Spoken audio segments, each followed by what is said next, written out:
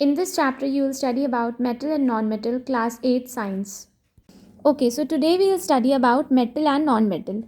So we'll study about first the physical properties of metal and non-metal. The first is ductility. Ductility is anything which is drawn into thin wire. Example, metal can be drawn into thin wire like gold wire, silver wire, aluminum wire, copper wire, etc. But non-metal cannot be drawn into thin wire. Now example of non-metal are coal, wood, okay, that now oxygen, nitrogen, carbon, these are non-metal that cannot be drawn into thin wire, graphite, diamond and all.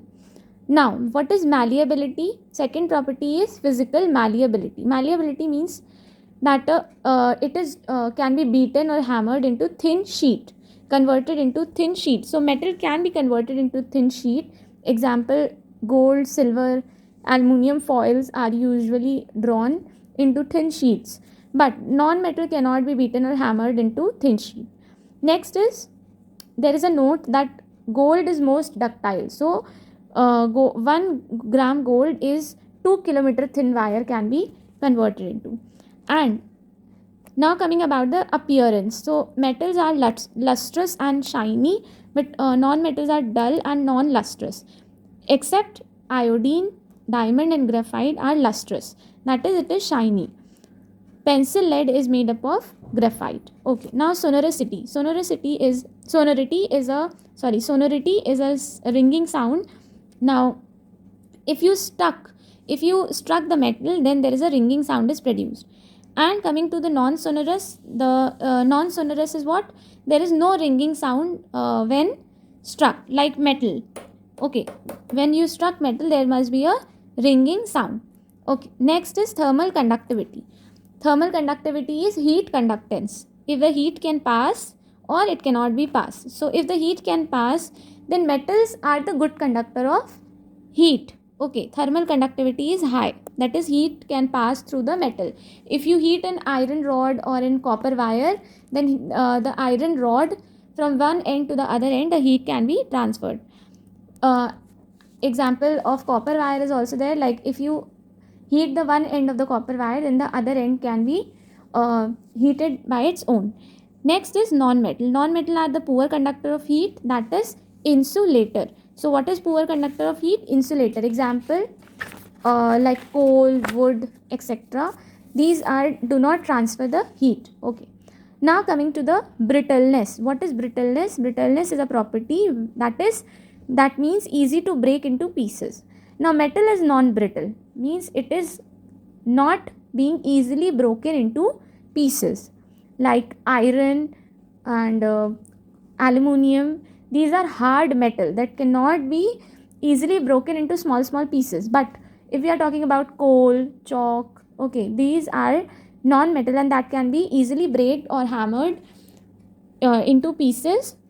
Okay, but exception is diamond is the hardest metal that cannot be easily breaked. Okay, and in this exception of metal, the soft metal are two, the potassium and the sodium, which can be cut with the knife. It is so much at the room temperature, it's so much liquid, so much semi solid that it is like a butter. Potassium and sodium can be cut with the knife. Now coming to the next is electrical conductivity. Electrical conductivity is again in metals. Metals are good conductor of heat as well as electricity. So electricity can pass through metal, and the best conductor, which is of course its high cost, is silver. Silver wire is an high best conductor of electricity and conduct high amount of electricity, and all metals are conductor. Now in the non-metals are not good conductor of electricity as well, but graphite is an exception. Graphite is a good conductor of electricity. Okay, through graphite you can pass electricity. Now coming to the next is hardness. So metals are hard and non-metals are softer. Okay, now last is the physical state. What is the physical state of the metal? Metals are generally solid in state, but mercury, that is mercury is only exception, which is liquid at the room temperature. Now other metals example which are solid are sodium, calcium, magnesium, aluminum, copper, iron, gold. These are the metal that is solid in the physical state, except mercury, which is liquid at the room temperature. Now coming to the non-metals, example are iodine, sulfur, carbon. These are solid. And gases are oxygen, nitrogen, hydrogen, chlorine. These are non-metal. These are in gas form. And the liquid non-metal, that is only one, is bromine, which is liquid at room temperature. So once again, what is the physical state of metal and non-metal? So metals are generally solid, except mercury is liquid at room temperature, and non-metals occur in all the three states, that is solid, liquid, and gas. So solids are iodine, sulfur, and carbon. These three are the solid non-metal. The gaseous non-metal are oxygen, nitrogen, hydrogen, and chlorine. And the liquid non-metal is the one and only bromine, which is liquid at the room temperature. Now coming to the next is our chemical properties. So what are the chemical properties of metals and non-metal? The first one is reaction with the oxygen. Okay, so on reacting with the oxygen, the metals with oxygen form metallic oxide. Okay, but the noble metals, that is a platinum and gold, these are the noble metals. Okay, so these are generally non-reactive. Unreactive, it is what? It is unreactive. These are the unreactive one. Okay, unreactive, that it cannot react with the oxygen. That is why the platinum and gold is not being damaged by the oxygen. But the one which is formed metal oxides are, first is the magnesium with oxygen form magnesium oxide. So what is the formula? 2Mg plus O2 will form 2MgO, that is magnesium oxide. And what is the form of magnesium oxide? Magnesium oxide is basic in nature, that is MgO. If dissolved in the water, then what it will do? It will turn the red litmus into blue. This assured you that magnesium oxide is basic in nature. Now next is a metal is iron. Iron, when react with the oxygen, it form rust. So rusting of iron is every time visible around you. What is rusting of iron formula? So formula is 4Fe, that is 4 iron molecule, plus 3O2, 3 oxygen molecule, plus 6 H2O, that is H2O is water molecule, will form rust, that is 4FeOH whole thrice. This is the formula of rust. Once again, 4Fe plus 3O2 plus 6 H2O will form 4FeOH whole thrice. Okay, this is the formula of rusting of iron.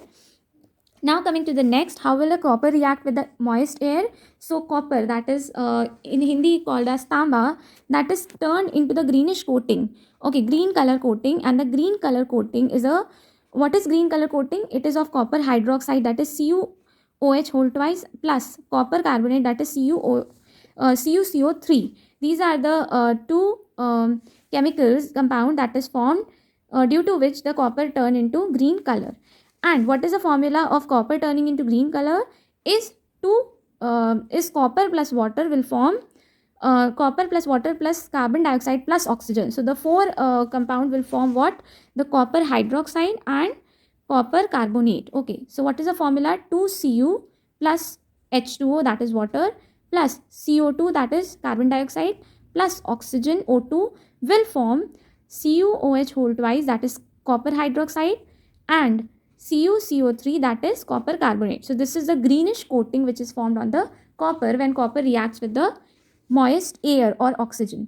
Now coming to the silver. Have you seen that silver is forming a grayish color when it is kept in an oxygen or in moist place? So what is due to the oxygen react with the silver? It will form a grayish silver oxide, which is a dull metal, on reacting of silver with oxygen. So what is the formula? 4Ag, Ag is of course silver, 4Ag plus O2 will form 2Ag2O, that is silver oxide. Okay, so these are the four reactions which assures you that metal react with the oxygen to form metallic oxide, except the unreactive are the platinum and the gold. Now how does the non-metal react with the oxygen? Non-metal plus oxygen will form non-metal oxide, that is, example is sulfur plus oxygen will form sulfur dioxide. Okay, S plus O2 will form SO2, and this SO2, that is sulfur dioxide, when react with the water molecule, that is H2O, it will form sulfuric acid. What is the formula of sulfuric acid? H2SO3. Sulfuric acid is H2SO3. Now what is sulfuric acid? Of course it is an acid, but how to test it? When we dip the in H2SO4, H2SO3, sulfurous acid, sorry, sulfuric acid H2SO4.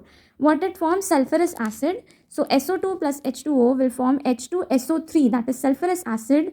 It turns the blue litmus into red. So when you dip the blue litmus, it will turn red and assure you that sulfurous acid is an acid. Now coming to the next is reaction with the water. So how does a metal react with the water? Metal plus water will form metal oxide or hydroxide plus hydrogen, and 2Ne, that is example is 2 sodium plus 2 H2O, that is 2 water, will form sodium hydroxide. It is a base. How to test?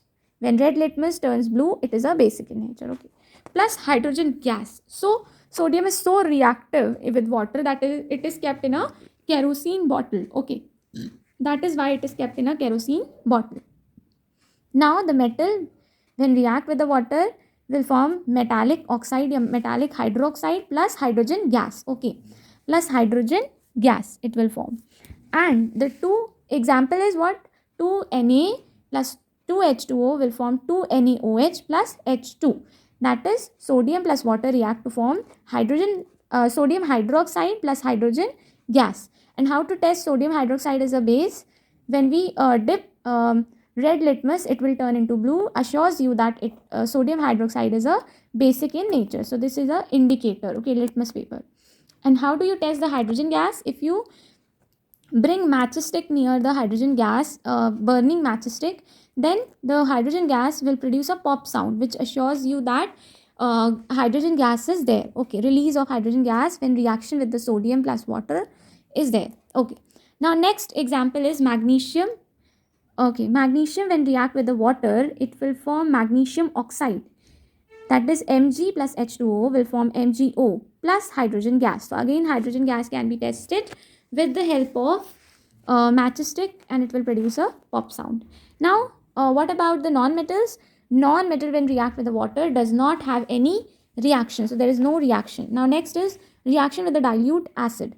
So dilute acid is a metal when react with the dilute acid, that is example hydrochloric acid. So it will form acid plus metal will form salt plus hydrogen gas. So example is zinc, that is Zn, plus hydrochloric acid, that is 2HCl. What is the formula of hydrochloric acid? HCl. So when zinc that has 2 plus molecules react with the 2HCl, it will form ZnCl2, that is zinc chloride plus hydrogen gas. So zinc chloride is a salt and this is an hydrogen gas. Again Zn plus 2HCl will form ZnCl2 plus H2. And what about the non-metal? Non-metal does not react with the dilute acid. Now next one is with the reaction with the base. Metal when react with the base, it will form in hydrogen gas. That is we have seen when react with the acid, so it will form hydrogen gas. Again metal when react with the base, it will form the hydrogen gas. But non-metal, what it does, it is quite complex. So in the next standard you will study, but in class 8th only this much is sufficient, that non-metal plus base will form quite complex reaction. What about the displacement reaction? What is displacement? When reaction occurs, so what it displaces? In a salt solution, the more reactive metal displaces the less reactive metal. Okay, so what is displacement? When in a reaction in a salt solution, a more reactive metal will replace the less reactive metal. So you have to learn for this the reactivity series. But before that, let me tell you that gold and platinum are the unreactive metal and also known as the noble metals that do not react with oxygen, water or even dilute acid. So these are the two metals which is unreactive in nature. Now coming to the reactivity series. And there is a non-metal that is behave like a metal is hydrogen. Hydrogen has a positive charge and it behaves like a metal. So it is involved in the reactivity series of the metal. So talking about the most reactive one is the potassium, that is K plus, then sodium, that is Na plus, then calcium, that is Ca2 plus, and magnesium, then aluminum, Al, zinc, Zn, iron, Fe, tin, lead, hydrogen, copper. So potassium, sodium, calcium, magnesium, aluminum, zinc, iron, tin, lead, hydrogen, copper. And the next one is mercury, silver and gold. So gold is the least reactive and the most reactive is the potassium. Now learn it once or twice. These reactivity series is very easy if you learn by the names like K plus, Na plus, Na, that is potassium is K, sodium is Na, calcium is Ca, magnesium is Mg, aluminum is Al, zinc is Zn, iron is Fe, tin is Sn, lead is Pb, hydrogen is H+. This is a non-metal that is only involved in the reactivity series. Now next is a copper Cu2+. Okay, and the next one is mercury. Mercury is Hg. Okay, then silver Ag, and the last one is gold, so Au. So you have to learn according to this the reactivity series, the most reactive to the least reactive, which is the gold.